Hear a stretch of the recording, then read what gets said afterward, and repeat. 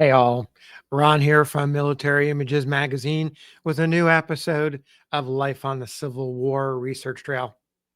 In yesterday's video, I shared the vivid Antietam reporting of Boston Journal war correspondent Charles Carleton Coffin, life dates 1823 to 1896. Carleton, as he was known to loyal readers, found himself in Hagerstown, Maryland, when the Battle of Sharpsburg and along Antietam Creek unfolded on September 17th, 1862. His reports were compiled and published in the 1893 book, Stories of Our Soldiers.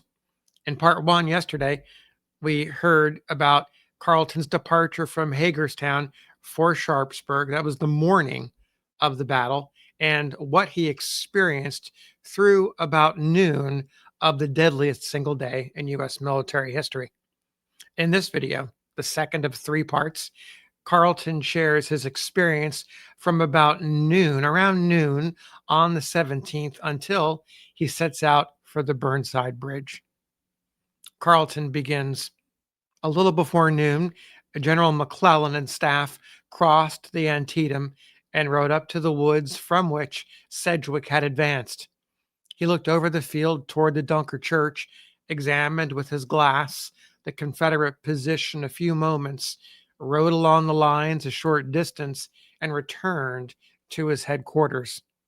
I recall the advance of French's division across the field to the left of Sedgwick.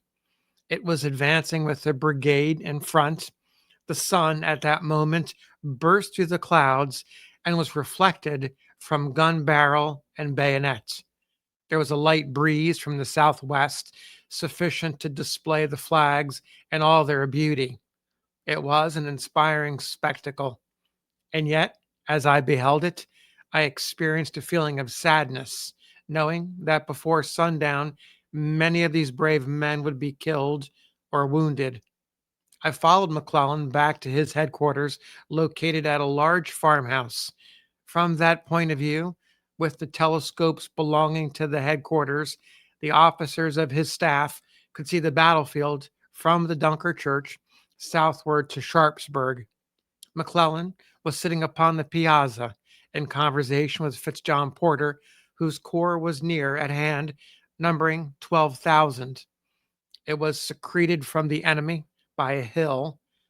Southward, the cannon of Burnside were thundering to dislodge a brigade of Confederates secreted in a stone quarry overlooking the bridge which Burnside desired to use in crossing the Antietam.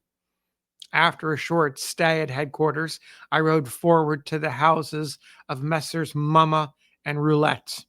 They are situated on the west bank of the Antietam, near the center of McClellan's line of battle. And this photograph from the Library of Congress is Mumma's house. Carleton continues. They were held by the Confederates. General French at the moment was preparing to advance towards Mumma's house on the right. Half of his division was north of a little brook, which winds down from the hills, the other half south of it. He had three brigades, Weber's, Kimball's, and Morris's. The last named was composed of raw troops, which never had heard the roar of a battle until that very morning. The hillside on the right suddenly burst into flame. The Union batteries began a cannonade, under the cover of which French advanced. The white powder clouds floated down the ravine and swept over the men. It was beautiful to see through its rifts, the stars and stripes waving in the sunlight.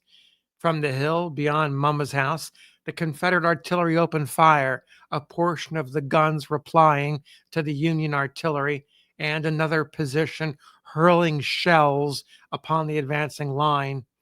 A short distance from Mumma's house was a cemetery from which came puffs of smoke from muskets fired by men concealed behind the white marble headstones. Other sharpshooters fired from the windows. French's skirmishers crept along the fences and soon drove the Confederates from the cemetery and the house, which was set on fire either by the departing enemy or by a shell. The buildings burned rapidly.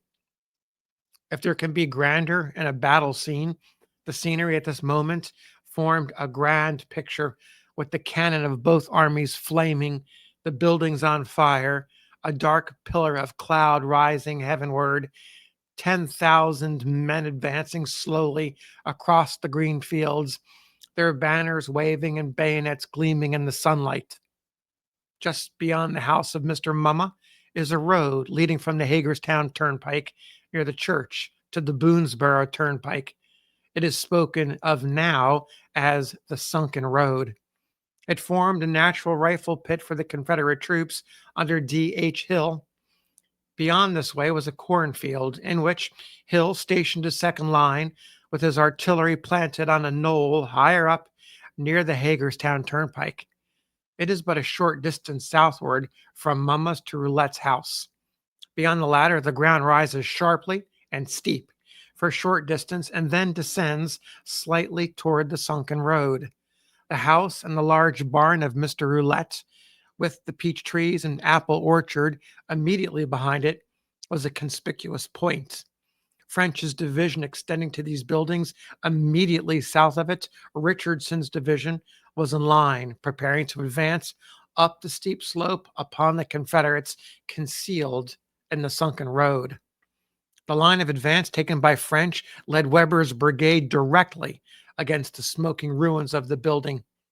Kimball's passed between the two houses as Weber's troops moved across the field, past the burial ground. Some of the skirmishers paused a moment, rested their rifles on the headstones, and took a long shot at the second line of Confederates in the cornfield. Kimball's brigade was divided by Roulette's buildings, but after passing them was reunited under the apple trees. Under cover of a vigorous artillery fire, the troops broke into a quicker step and moved up the hill. They reached the crest and beheld a rail fence between them and the sunken road. The next moment, thousands of men seemed to rise from the ground. There came a flash and then a rattle of musketry. But instead of quailing before it, the line rushed forward up to the fence and fired directly in the faces of the Confederates, many of whom turned to flee, but by far the larger part were shot where they stood. Richardson advanced at the same moment and fired into the faces of the Confederates in the road. The lines were not 10 paces apart. The front line of the Confederates was nearly annihilated. The few officers and men who were left fled to the cornfield beyond. French's men tore away the rails, leapt over the fences, and, unmindful of the dead and dying, rushed upon the second line and scattered it in an instant. They had broken Lee's lines at its center. It was a moment when McClellan should have hurled Fitzjohn Porter's corps into the contest. He made the great mistake of his life in not improving the grand opportunity. There can be no doubt that had he done so, Lee's army would have been compelled to surrender or driven into the Potomac. In this brief narrative, I do not intend to detract anything from what was accomplished by Richardson, whose troops advanced in the same manner and scattered the Confederates in their front. It was here that Richardson received a wound which ultimately proved mortal. I had made his acquaintance before the Battle of Bull Run and saw him as he was borne from the field. He was fearless in battle, and he had the faculty of inspiring his men. He was known as an admirable tactician. The ground toward the Boonesboro Turnpike, south of Roulette's house, is very much broken. There are numerous hillocks, ravines, stone walls, and fences. Under shelter of these, Longstreet's troops advanced to attack the right flank of Caldwell's brigade in a cornfield west of the sunken road. Longstreet had attacked French's division near Roulette's house and had failed. Colonel Cross, commanding the 5th New Hampshire, discovered the Confederates creeping along to gain a hill in the rear of Caldwell. Cross instantly changed his front and put his men upon the double quick toward the hill. It was an exciting spectacle. Union and Confederates within close musket range, both lines running, both determined to gain the position. Cross cheered his men and inspired them with his own tremendous enthusiasm, they reached the hill and delivered a volley that checked the advance of the Confederates. The 81st Pennsylvania came to the aid of Cross, and together they charged upon the Confederates, captured a large number of prisoners and the colors of the 4th North Carolina Regiment. The movement had carried the line almost up to the Hagerstown Turnpike and compelled Longstreet to abandon his headquarters at Dr. Piper's house. It was about 1 o'clock. Lee had been pushed from his position of the morning on the right and at the center. He still held the ledges in the woods behind the church, along the turnpike and the lower bridge where Burnside was endeavoring to cross the Antietam. It was about this time that Franklin's corps arrived upon the field. His troops had been marching all the morning from Crampton's Pass with Smith's division in advance, followed by Slocum's. The corps crossed the Antietam, followed the line over which Sedgwick had marched. Hancock had just been placed in command of Richardson's division. He sent to Franklin for help, and a battery and 2 regiments, one of which was the 7th of Maine, commanded by Major Hyde, were sent to him. Hancock rode back to meet them and said, "The rebel skirmishes up there on that hill are picking off our gunners. I want them driven from that position." The 2 regiments advanced, fired a volley, and marched on. The batteries on the hills beyond Dr. Piper's and others near the church opened a crossfire between them. Although men were dropping, the regiment came to a halt, fired a volley, and then, with a cheer, dashed up to a wall which sheltered the Confederates, driving them back to the main line. Then, marching by flank, they reached the shelter of the hill.